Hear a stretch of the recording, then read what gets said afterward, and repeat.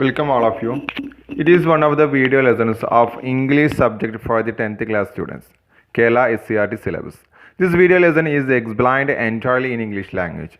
In this video lesson, we discuss the poem Lines Written in Early Spring was written by William Wordsworth. Turn to page number 30. You can see the profile of the poet. Let's go through the profile of the poet, William Wordsworth. William Wordsworth was born on April 7, 1770 at Cockmouth, Cumberland in England. He had his education at St. John's College, Cambridge. He was one of the greatest English romantic poets of his time, poeted and ushered in romanticism in his poems. Together, Wordsworth and Coleridge produced Lyrical Ballad, an important work in the English Romantic movement. Lyrical Ballad, which is included William Wordsworth 19 poems and Samuel Taylor Court's 4 poems.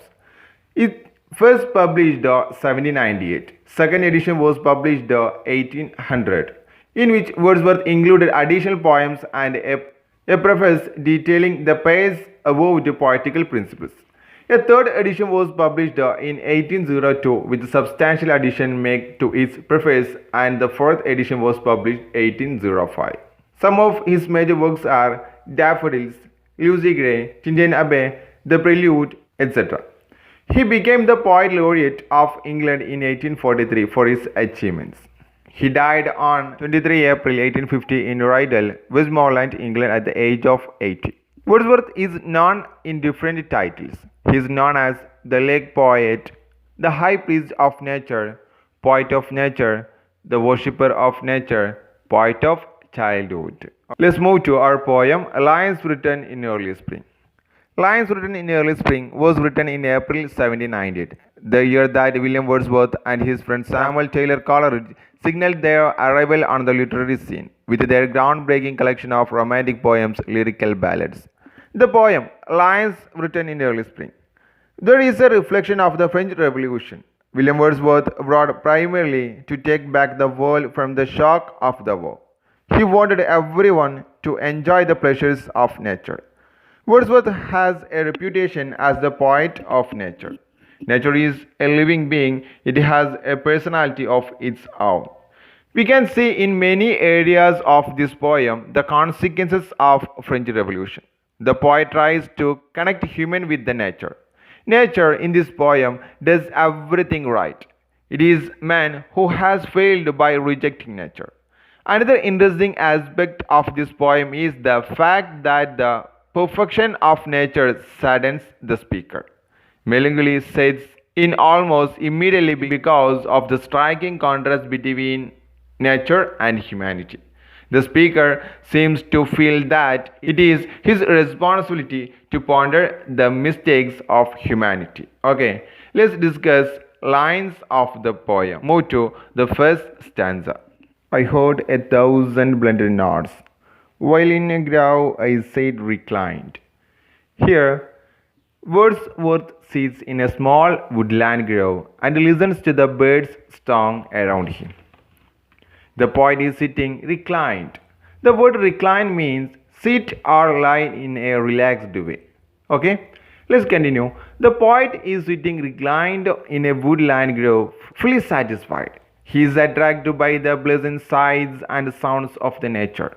He can hear the mixed sound of nature, the sound of birds, breeze, beings, water flow, etc. These kinds of sounds he can hear. In that sweet mood, when pleasant thoughts bring sad thoughts to the mind.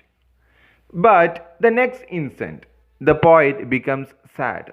That happy thought gives him sad thoughts. Unpleasant thoughts about humanity sadden his spirits. The poet feels sad because his thoughts turn to the misery of man. He feels sad thinking about the cruelties of man towards nature and his fellow beings. To her fair works did nature link the human soul that through me ran. He thinks that nature links with him and other beings. Nature has connected itself to all human souls, including the speaker's soul to it. He believes that humans are the parts of the nature. and much I grieved my heart to think what man has made of man. He says that nature has linked with all human beings and all the creatures. Nature is full of pleasure, yet he sorrows what man has made of man. Here we can find that the poet has a good reason to be sad about what man has made of man. The lines convey the cruelties of man against towards the nature and his fellow beings make the poet feel very sad. Through primrose tufts, in that green bower, the periwinkle trailed its wreaths. The size of the plants fills heart happiness.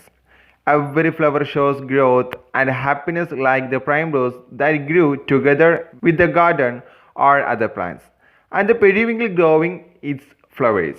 And it is my faith that every flower enjoys the air it breathes. The sight of the flower moving gently in the breeze that makes the poet think that every flower enjoys its existence. Each flower wants their breath of life. The birds around me hopped and played. Their thoughts I cannot measure. The poet observes the birds which sing and hop around him. He is in awe and admire of these creatures, though the speaker does not understand their language and ways. But the least motion which they made, it seemed a thrill of pleasure. The poet cannot understand the reason of the happiness of the birds, but it does recognize that the birds are creating all these movements out of sheer pleasure and joy. The budding twigs spread out their fan to catch the breezy air. The breeze is flowing sweet and light. The twigs are spreading out as if to catch the sweet air. The twigs enjoy the breeze which blows through them. And I must do all I can that there was pleasure there. The speaker can gather the pleasure in their existence. The sight of plants, flower, and birds fills her with thrill. The speaker looks more closely at the swimmingly jubilant birds, plants, and other creatures of nature. The poet trying to decide whether or not they are really full of pleasure. He decides that they are. He sees pleasure everywhere. If this belief from heaven be sent, if such be nature's holy plan, he sees pleasure everywhere which he thinks this belief is sent from heaven as nature's holy plan. Nature's holy plan is to provide human beings with beauty, peace, and pleasure. And the nature's holy plan is that it should not be affected by the miseries of humanity. But man is trying to cut down trees, lure sand from rivers, and build constructions that pollute environment. Like that, humans are misusing the environment and the nature. Have I not reason to lament what man has made of man? The poet thinks if these are the plans of nature, he shall not feel about the cruelties of man towards nature and beings. Even then he says that he has reason to express his sadness about the attitudes of human beings because the human beings are misusing or abusing or destroying the environment and nature. So this is the main reason of his lament or his sadness. So he has a reason for his lament.